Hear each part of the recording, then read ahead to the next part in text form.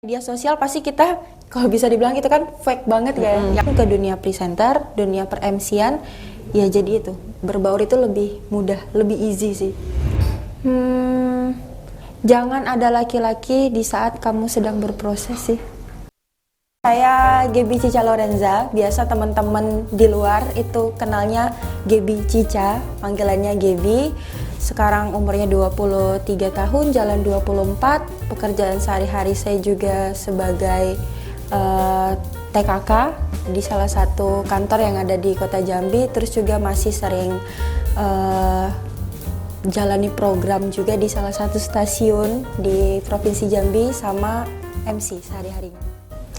Halo Tribuners, balik lagi bareng aku Rara, reporter Tribun Jambi. Kali ini aku sudah bersama bintang tamu yang cantik. Halo Kak Gaby. Halo Kak Rara, terima kasih ya udah undang aku ke Tribun. Oke, Tribuners, Kak Gaby ini salah satu narasumber kita Femilenial kali ini, yang mana perjalanannya kata Kak Gaby tadi.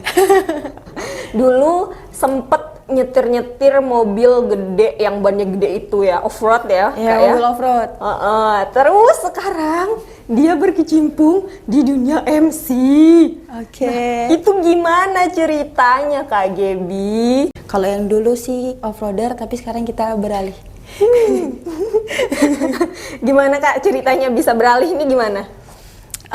Kalau di SD, SMP, SMA itu kan deket sama papa. Saya manggil papa itu Babe. Oke, Babe. Jadi Babe itu dulunya pembalap motor, terus pembalap mobil. Terus diajakin untuk ikut balap mobil sama Babe. Diajarin main off-road, diajakin adventure, terus diajakin untuk mengenal dunia tanah liat. Menggunakan kendaraan yaitu mobil roda 4 off-road. Lama-lama udah stop karena Babe juga udah kurang ngajakin Gaby ke main off-road lagi. Lebih ke ya udah passion kamu apa gitu loh. Sebenarnya masih pengen nyambung sih, tapi lebih ke berat aja rasanya. Oke. Berarti jiwa femininnya lebih tinggi daripada maskulinnya ya. Kan maskulinnya. Kalau Gaby tuh bisa jadi dua gitu loh, mau dibawa laki ya ayo, mau dibawa perempuan ya ayo, sampai sekarang pun masih kayak gitu juga. Berarti masih bisa laki gitu. Masih bisa banget laki. Kak, gimana ceritanya bisa jadi MC ya? Mungkin bukan bisa jadi MC ya. Lebih ke kayaknya passionnya MC atau gimana nih bisa awal mulanya itu ya MC. Oke, jadi yang dulunya kita itu off-roader ngikut hobinya Babe, hobinya orang tua. Pas waktu SMA kelas 2 jalan mau kelas 3 itu kan Gaby pernah ke salah satu stasiun TV di Jambi, stasiun TV swasta. Diajakin sama kameramennya, mau nggak ikut program ini, terus syuting di sini. Pertamanya nggak mau karena Gaby ngerasa nggak suka terlalu banyak interaksi sama orang, terus juga kalau misalkan ngomong masih juga rada cadel kalau dulu ya.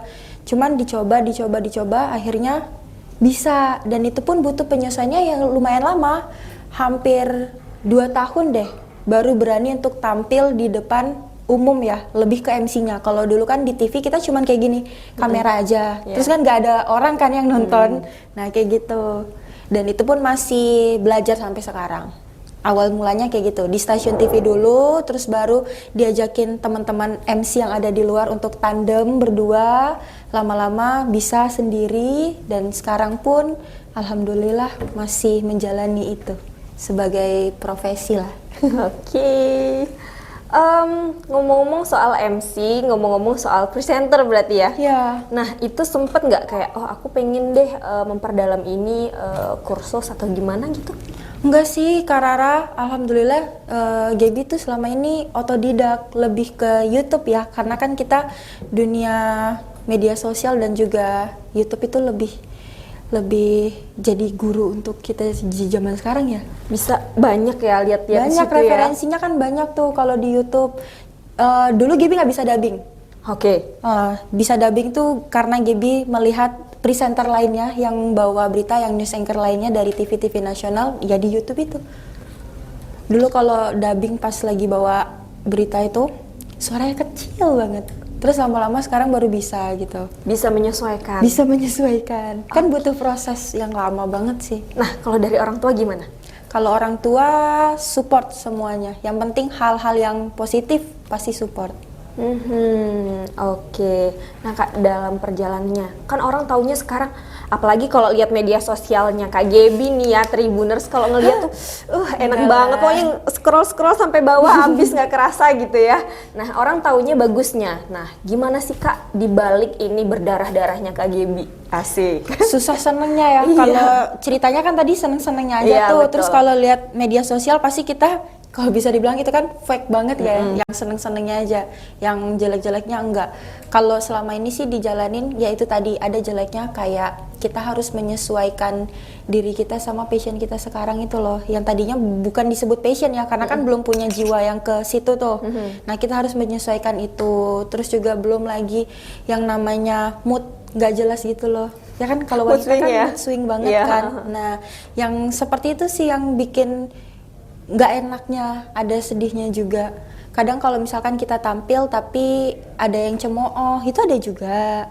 Terus kalau misalkan awal-awal nge-MC itu kalau misal salah, kan suka kepikiran. Nah itu jadi beban, baper. Oke. Kayak yang seperti itu kan. Terus dulu juga kalau nge-MC pernah gak dibayar, pernah. Terus nge-MC dijanjiin bayar segini, tapi pas dikasih fee ternyata nggak segitu, juga pernah. Oke. Tapi semuanya ikhlas sih. Karena Alhamdulillah. sekarang itu udah jadi kayak bagian dari hidup Kak Gaby ya. Iya, bahkan sekarang kalau misalkan dimintain tolong, ya saya menerima. Karena suka gitu loh. Udah kemana aja nih Kak kalau buat nge-MC? Kalau nge-MC masih seputaran Provinsi Jambi sih. Belum pernah sampai keluar. Oke, belum pernah sampai keluar. Lebih ke instansi-instansi atau wedding juga atau gimana? Instansi juga, terus yang untuk semi formal di luar pun juga. Kalau misalkan ada yang butuh MC untuk BIMTEK dan segala macamnya sih. Kalau ada untuk acara-acara festival dan lain juga udah pernah. Berawal dari nggak ada basic MC terus jadi MC, apa yang dirasain Kak Gaby? Suka, seneng, terus yang akhirnya jadi hobi yang kalau nggak nge-MC rasanya kayak apa ya, kok ada yang kurang kayak gitu loh. Oke. Yang kayak gitu sih dirasainya, yang awalnya Gaby sebagai anak yang males dan juga takut untuk berbicara di depan orang umum secara banyak, sekarang udah bisa tampil pede. Itu adalah salah satu hal yang sangat luar biasa sih. Artinya sebenarnya Kak Gaby ini termasuk yang introvert ya? Dulunya iya. Oke. Terus bedanya gimana dari sebelum itu sampai sekarang? Pengaruh nggak sih ke pergaulan gitu? Pengaruh sih Kak. Pengaruhnya Sih, Kak gimana? Rara. Kalau yang dulu Gaby kalau punya teman itu cuman 1-2, itu bukan karena Gaby nggak bisa berteman ya Tapi sama orang karena banyak. nggak mau ya? Bukan nggak mau juga, Terus? tapi lebih ke teman Gaby cuma 1 atau 2. Kalau misalkan yang banyak-banyak itu kan Gaby susah diajak keluar. Terus Gaby juga susah beradaptasi dengan lingkungan baru gitu loh. Nah, Oke. tapi semenjak Gaby terjun ke dunia presenter, dunia per-MC-an, ya jadi itu, berbaur itu lebih mudah, lebih easy sih. Itu termasuk bagian yang menyenangkan kah kalau ketemu orang Ya, baru sekarang? menyenangkan. Oke. Apalagi kalau Gaby ketemu sama orang baru, terus bisa bertukar pikiran, kita bisa sharing section, suka sih, seneng. Termasuk salah satu kalau kita lagi ada liputan yang mewawancarai narasumber, itu kan kita bisa serap ilmu dia, kayak gitu loh. Kita juga harus tahu karakter. Nah, yang tadinya Gaby, misalkan Gaby lagi ngobrol sama Kak Rara nih, Ya. jadinya kan karena kita sering ngobrol sama orang, kita tahu, oh orangnya yang kayak gini, oh orangnya seperti ini. Jadi lebih bisa baca karakter orang. Bisa baca karakter orang juga. Apakah yang lawan bicara Gaby ini butuh Gaby untuk mendengar, atau butuh memberi saran, atau butuh cuman sekedar ngobrol santai aja gitu loh.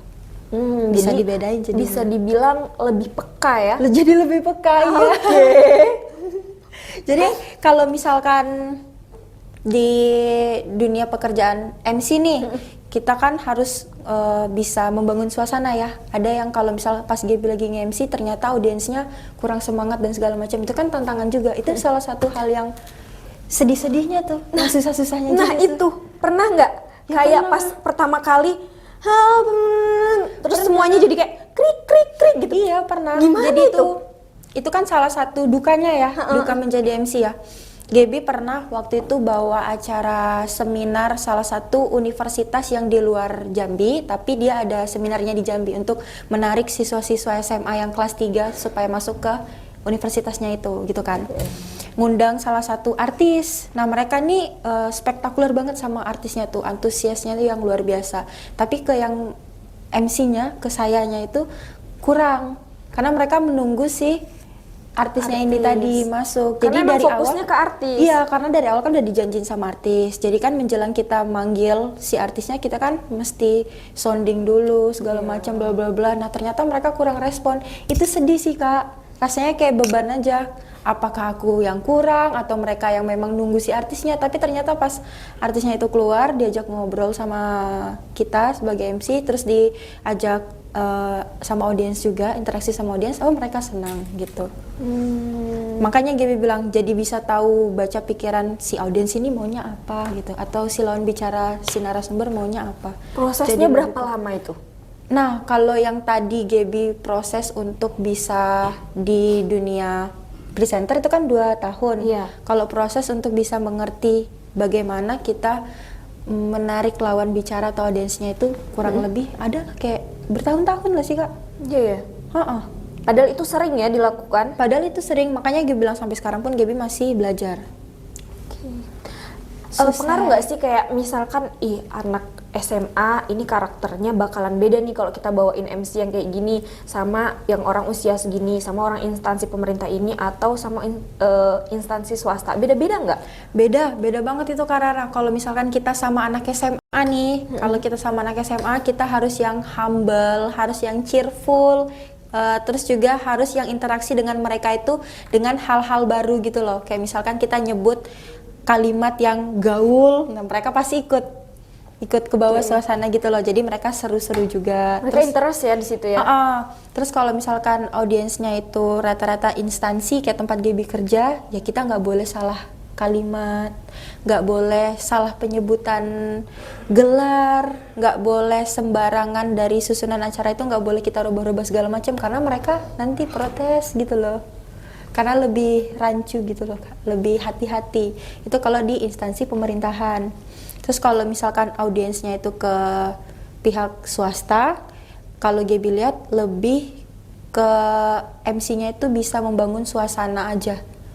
Mau kita yang bukan Gaby maksudnya untuk salah penyebutan kata ya, tapi lebih ke yang penting kamu bawanya dari awal sampai akhir susunan acaranya benar aja gitu loh. Oh, penting mereka ngasih tahu intinya gini aja gitu. Penting intinya gini aja. Yang penting kamu bawa suasananya enjoy aja pas lagi buat acara. Oh ya udah pasti enak lah, nikmatin aja gitu loh. Oke. Nih ngomong-ngomong, Kak Gaby kuliah? Udah tamat alhamdulillah. Oke, nah itu kan tadi ngomongin kayaknya ada proses MC, ada proses presenter. Iya. Nah itu gimana nih sama kuliahnya? Sempet nggak keteteran? Alhamdulillah selama Gaby SMA sama kuliah itu nggak ada yang keteteran, Kak. Tapi memang butuh derai air mata dan keringat dan juga rasa hati yang baper tadi Gaby bilang, suasana mood perempuan kan suka mood swing berubah-berubah gitu kan ya. Gaby punya hal yang bisa dibilang pengalaman sih agak unik dan lucu juga. Jadi waktu Gaby SMA, Gaby lagi UN dan Gaby harus bawa acara di salah satu stasiun TV itu. Acaranya itu sebenarnya tapping, tapi biasanya tapping sama baca narasi itu kita mulainya jam 4. Nanti baca narasinya jam 4, terus syutingnya itu jam 5. Nah, Gaby kelar UN itu jam 4. Jadi Gaby masih pakai baju sekolah, Gaby pergi ke stasiun TV itu, terus Gaby dubbing masih menggunakan seragam putih abu-abu. Pas Gaby mau syuting baru Gaby ganti outfit. Jadi pergi pagi pulangnya sore itu udah biasa, pergi pagi pulangnya malam udah biasa, bawa baju sebanyak-banyak, enggak di kendaraan juga udah biasa ganti-ganti baju di tempat di mana Gaby berhenti lah gitu. Berarti Udah dari sering. umur berapa itu? Dari Gaby kelas 2 SMA. Di 17? Dari 16 ke 17 sampai sekarang 23. Terus pas kuliah Gaby pernah, waktu itu Gaby dikontrak sama salah satu TV yang ada di TV pusat. Oke. I. Oke. Yang dia itu syutingnya seminggu 3 kali, tapi nanti yang dikontrak belum tahu nih yang episode yang mana, karena bakal dikirim ke Jakarta dulu, diseleksi dulu. Nanti tayangnya tapi khusus buat Provinsi Jambi di jam 3 subuh. Nah tayang kayak gitu, yang khusus channel buat kota kita gitu loh. Nah jadi orang yang dari pusat itu kan ke Jambi ngajakin Gaby syuting. Nah karena Gaby punya jadwal kuliah yang lumayan padat juga saat itu, yang abang kameramennya mau nungguin Gaby kuliah. Nungguin Gaby kuliah emang betulan di kampus.